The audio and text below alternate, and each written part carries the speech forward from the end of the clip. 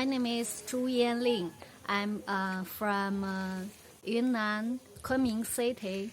Now I'm facing a new start of my career, so I joined in this course to find some help.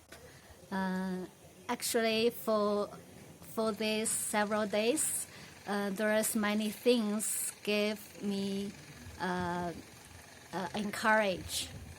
First, I think this course guide me to find myself, to explore myself, to get me what was the most interesting thing for me.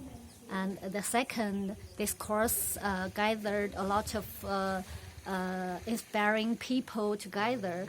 I communicate with them, and all of them give me many